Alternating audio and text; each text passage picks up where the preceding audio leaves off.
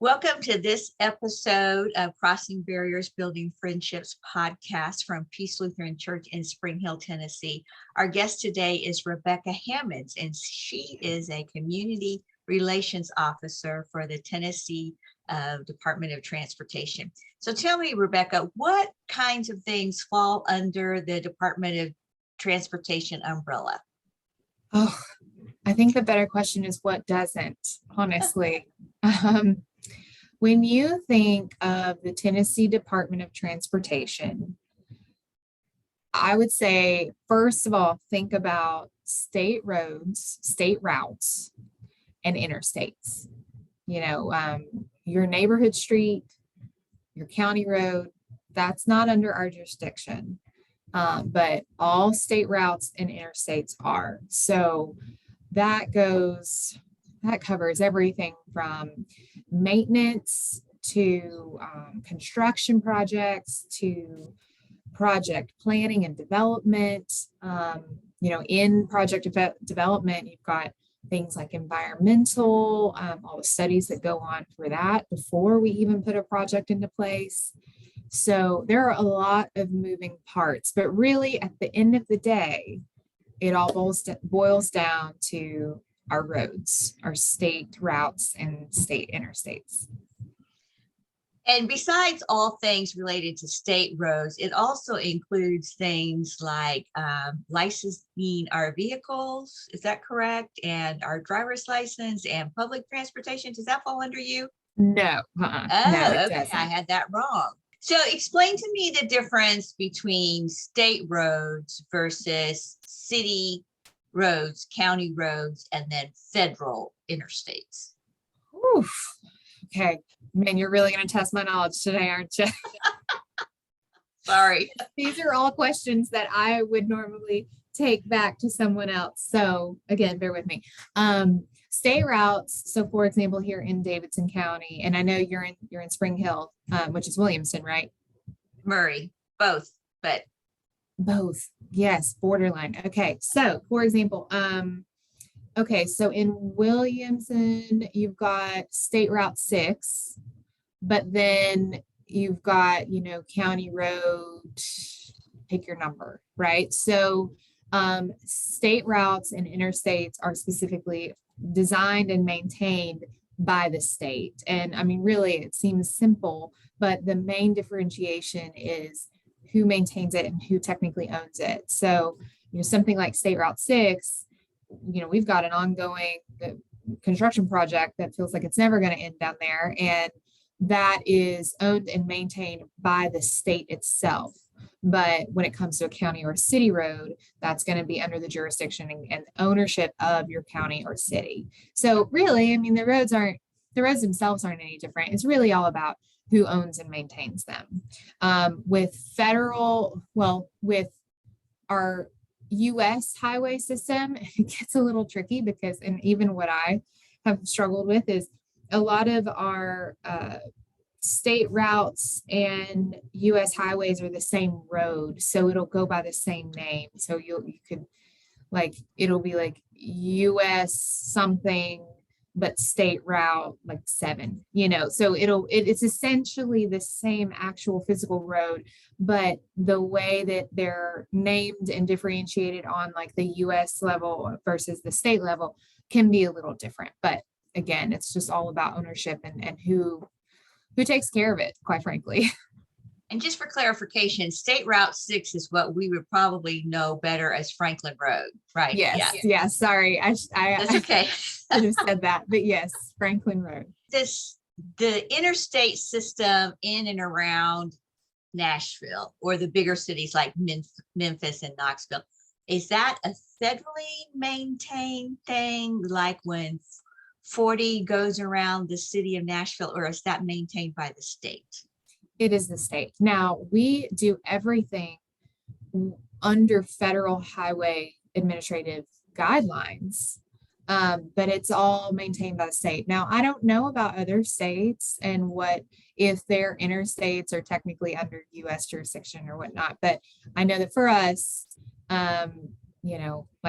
For example, if we've got snow or ice on 40 that loops around Nashville, or 440, I mean, it's on us to take care of that. So we take care of all the interstates in the state. So how are our roads funded? The gas tax. Whenever drivers in Tennessee, residents or not, anybody who's passing through Tennessee, when you fill up your gas pump, you are essentially paying a state gas tax and a federal gas tax. So that is what helps build our roads. That is how we're funded. Now, there are other programs, there are other grants, there are other, funds that are coming into the state, but it's primarily the gas tax. Well, I have noticed when I travel to other states that their roads are typically in worse condition, but gas at the pump is cheaper. So that's kind of the trade-off there. It sure is. Yeah, and we like to tout the fact that we also have the lowest, we have no debt. I mean, we are a what's called pay-as-you-go state, which means that our Department of Transportation does not go into debt in order to deliver a project. So, for example, like something like Franklin Road, we had all of the funds budgeted and ready before we entered into that. So, yes, we love to hear that we've got great roads, but we also are not going into debt in order to have great roads. So you did mention a little bit earlier when we first started talking about some of the stuff that goes into play when it comes time to widen or build new roads. So can you kind of go over, let's say we're going to widen road ABC, what all has to take place before you actually start turning a shovel and widening that road? Yeah, so much. Project development process is what we call it. There's 4 steps or phases to that.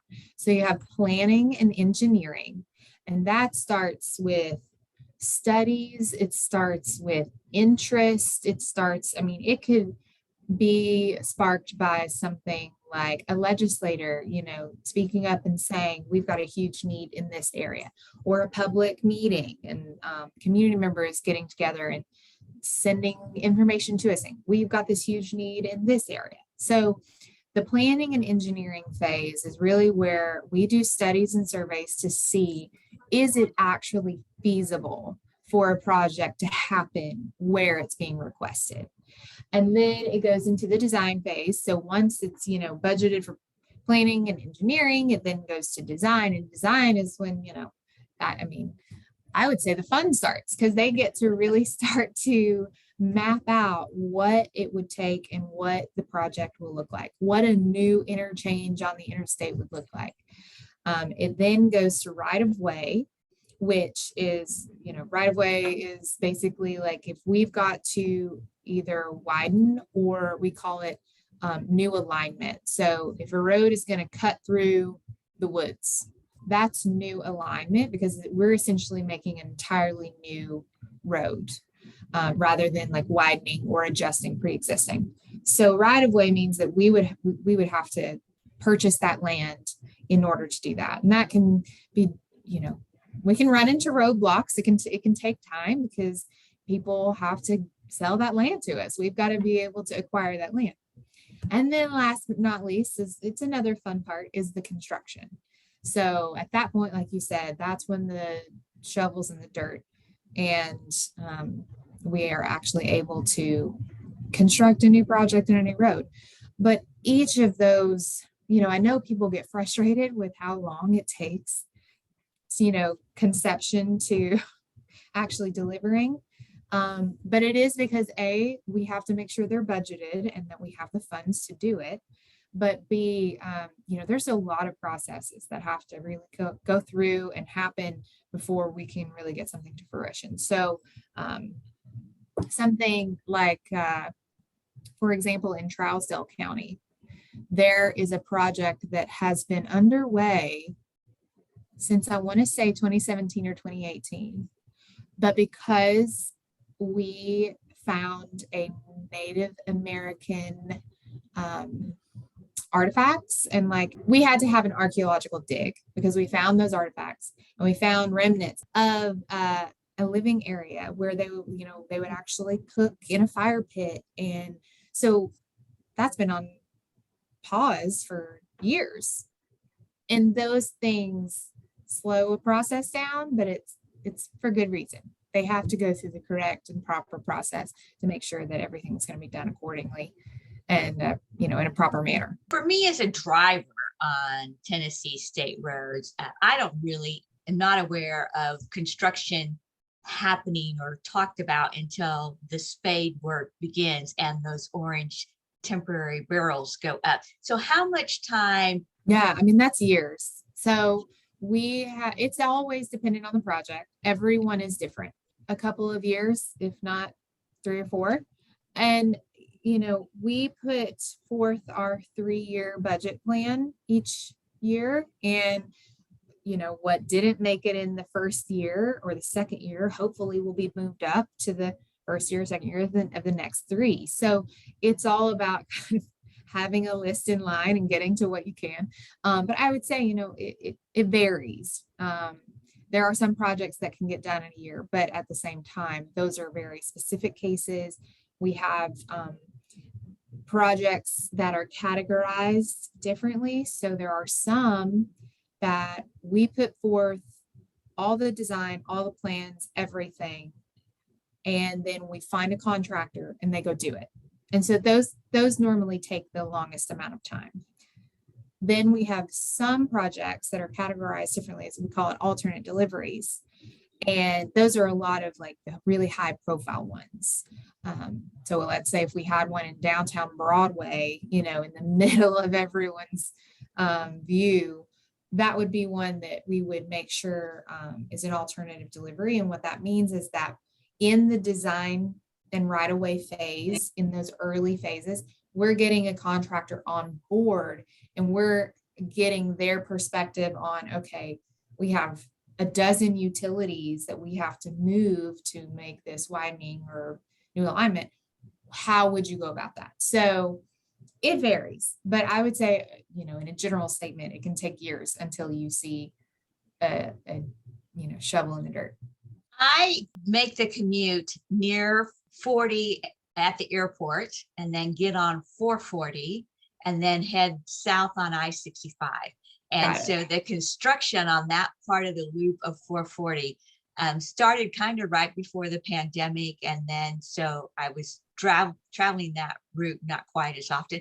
And it was really fascinating to me to watch the progress that happened. In particular, how when they ripped up all the old road, how they then, in my mind, recycled that. They had this big machine that ground everything up right there in the middle of the median. And it was interesting to watch that pile of whatever they were grinding up shift from one spot to the other. And I was also impressed with how quickly it happened. It felt to me, and I wondered if there were incentives for people to get that done in a timely fashion. So I don't know exactly about incentives, but I do know that that project was in the spotlight. I mean, as you know firsthand, that is a high volume traffic area. There are a lot of people that drive that stretch. I mean, even I drive that stretch home sometimes.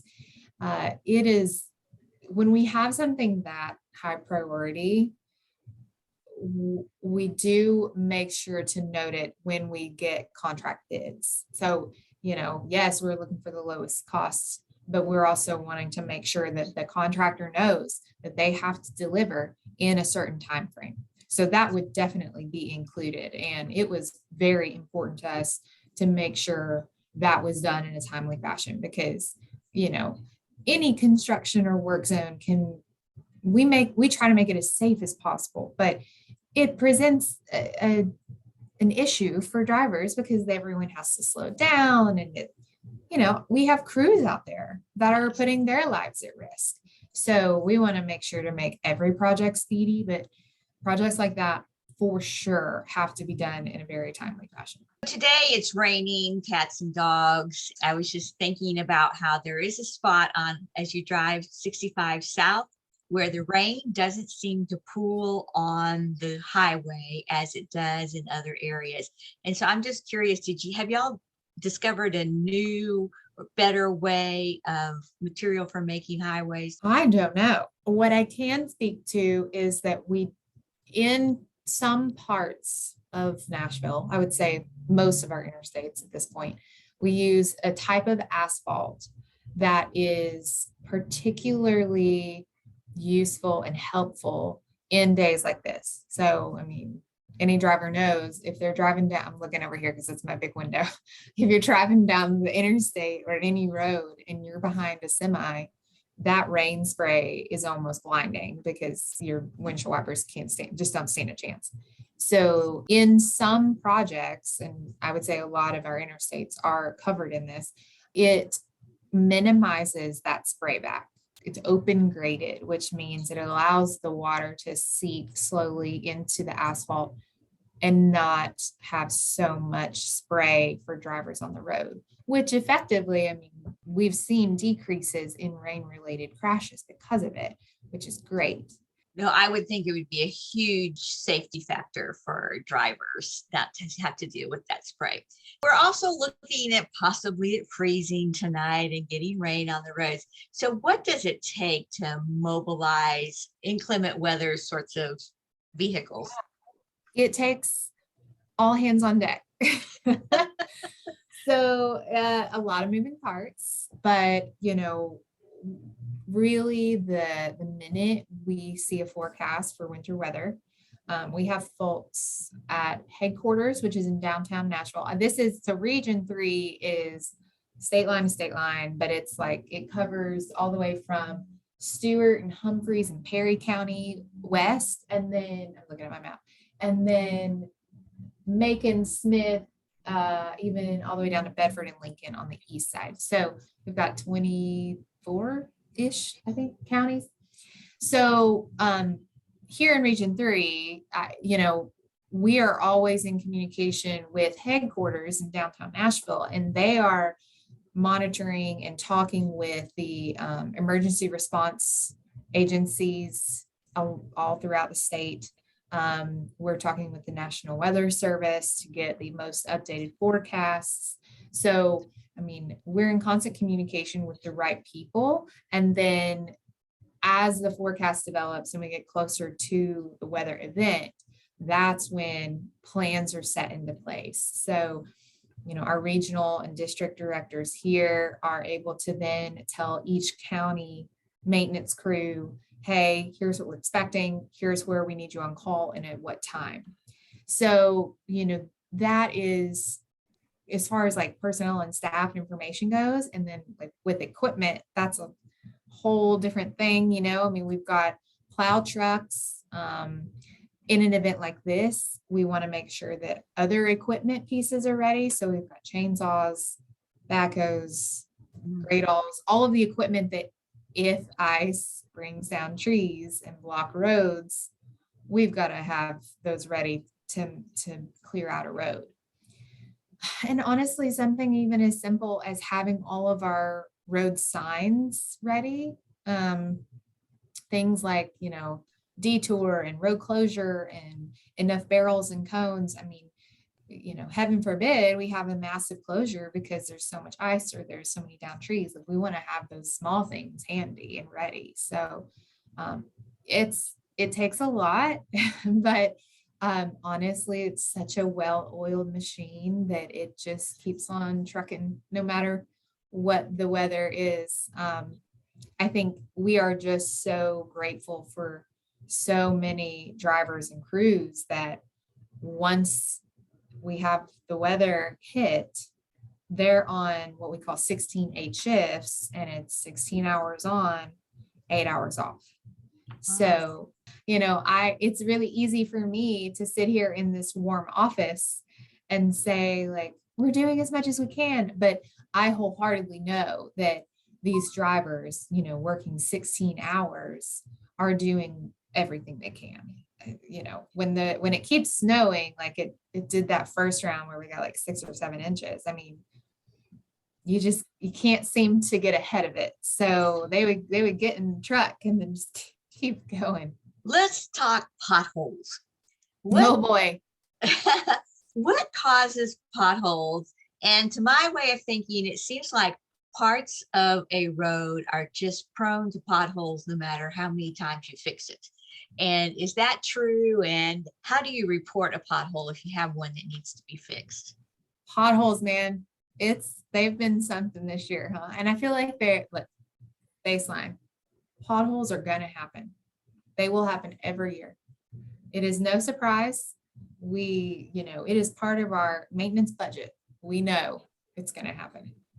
And the reason and how they form, uh, in any kind of asphalt, it's the rain and the water seeps into the asphalt. And when there's any kind of freeze, that water freezes. And how water works, it expands. So when that water expands, it breaks apart some of the pieces of the asphalt. And is specifically the fibers that hold it together and make it bond to the actual road or to the ground.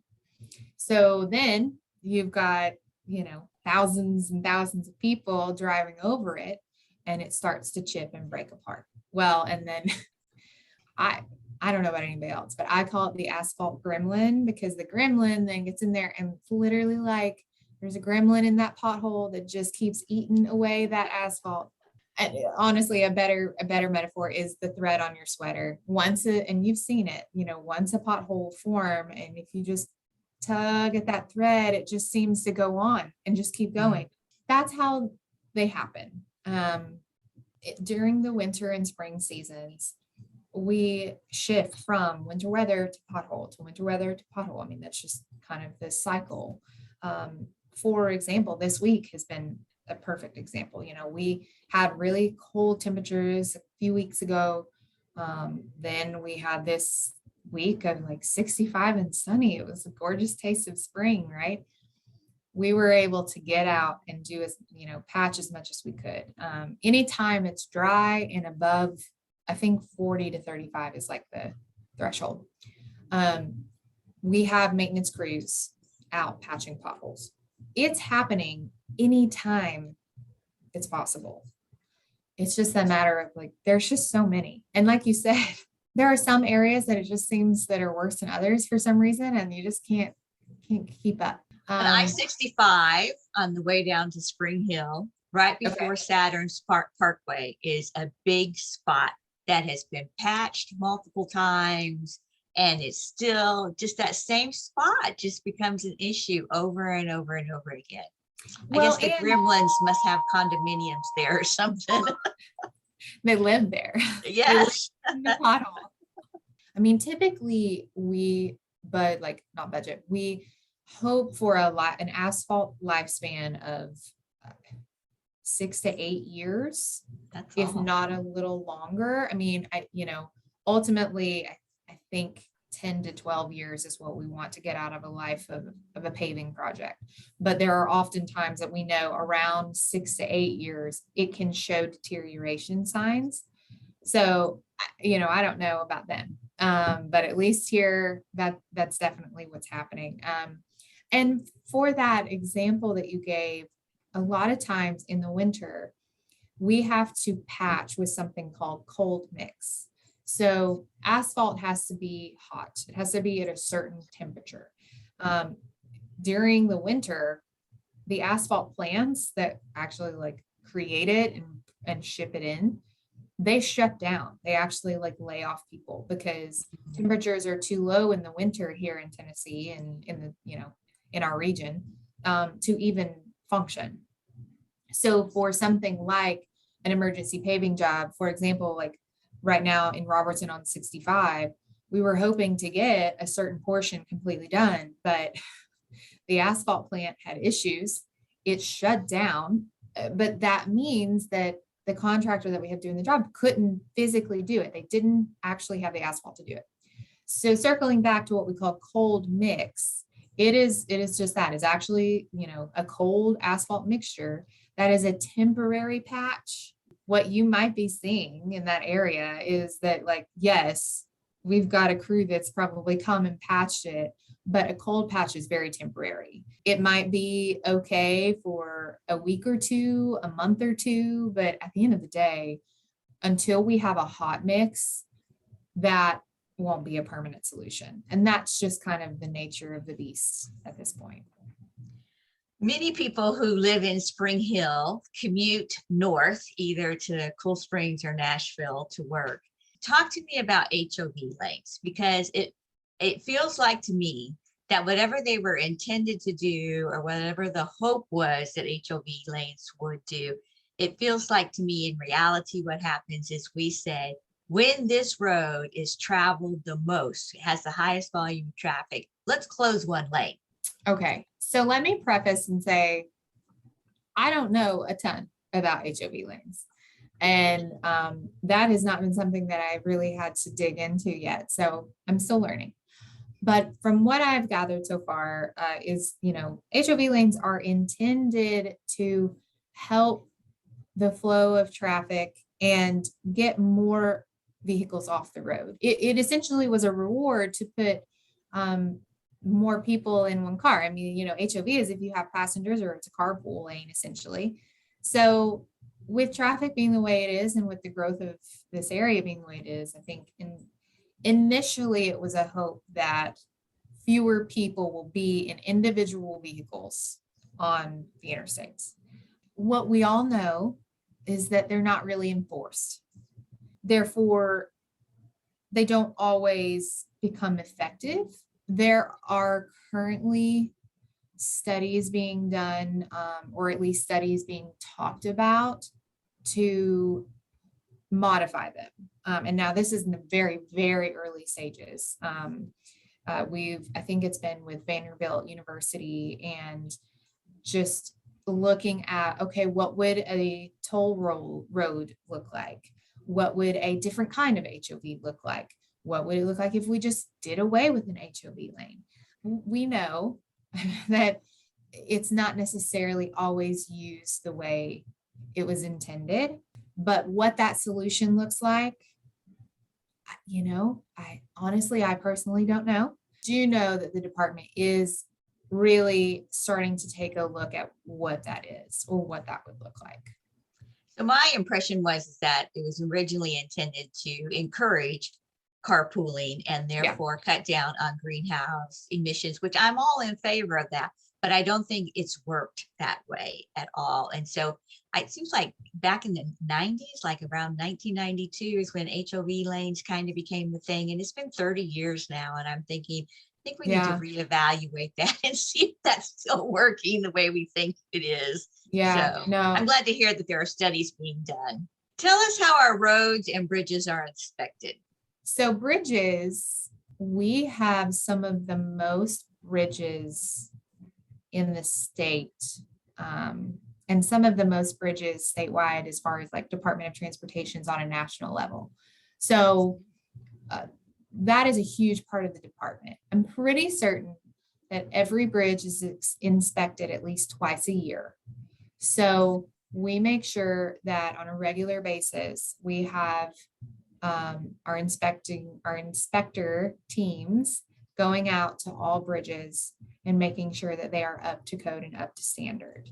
I think that what we, especially in respect to bridges, what we want to make sure people understand is that with that, we're always aware of conditions.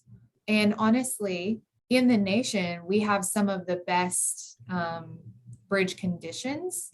And that even is reflected in our funding. So even when it comes to federal funds that we receive less because we do so many updates and inspections that, the government says, oh, well, you guys are good. You don't need it. I think we have, I don't want to throw out a number, but I'm pretty sure we have more than 1,000 here in the region.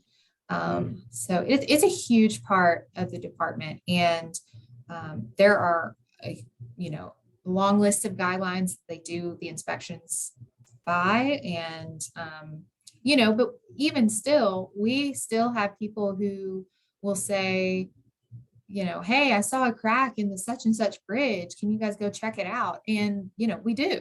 I mean, even on top of the normal inspections, if if there's something reported, like we go take a look. It's a huge part. Roads being inspected, I am not sure. I know that our roads are consistently maintained. I don't, I'm gonna have to say I don't know as far as the actual inspection guidelines and if they fall under any of those. So I saw on your website that there's a place where you can report potholes. So that sounds like drivers kind of have a responsibility or can play a part in inspecting the roads because they're on it all the time. We encourage people to give us a helping hand. Like I was saying earlier, there's so many lane miles that we cover that we can't always get to all of them or see all, like every inch. If someone wants to report a pothole, we encourage them to do so, and they can do that through an email. So it's tdot.comments@tn.gov, or they can call their local maintenance office, and that can be found on our website. It's Region 3, and then there's district offices that are a little bit more localized. Or there's actually a form. It's a maintenance request form, and that's found on our website, and they can fill that out as well. So there are a few simple steps that, if you want something to really be done or you want us to get somewhere, just get in touch with us that way. Well, Rebecca, in listening to you, what I have learned is there are a plethora of moving parts to having roads built, and even just all the stuff that goes into before it happens. And those moving parts start many years in advance before I, as the average person, average citizen, actually begin to see things change. So it takes a lot of planning and organizing and cooperation with other entities, politicians and taxpayers and all of that to get our road systems up and running. So wrapping up our time together, I'm going to give you the last word. So if you had anything you wanted our listeners to know, what would it be? I think really, I want to just say, bear with us. It may feel like we are not doing anything. It may feel like you haven't seen us out, in months. But I think if we can, or if I can encourage someone to take a step back and understand that, yes, our department is huge, but it's not like we have endless resources to get everything done. For example, in Davidson County, we have so talking potholes, a maintenance day shift.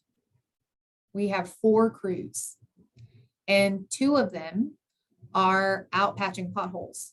So that means that there's only 2 doing their everyday duties of maintaining roads, things like debris pickup or, striping, whatever, they do daily. So if you can imagine 2 crews trying to get to everything in Davidson County or every complaint that we have, it's a tough job. And we've got some really great people that work for us, but I think if anything, we would just really appreciate your patience and just some understanding. But hey, we are doing everything we can, and we want to slow down when you see those construction workers out there, right? Well, that's the thing. Like, we've got some great people. That should be a no-brainer, but it needs to be said. It really should. It's funny. I was talking to a friend the other day, and I was like, I'm trying to remind people to slow down to avoid the potholes in a particular construction area. But then I was like, it's a construction zone. You should be slowing down anyway.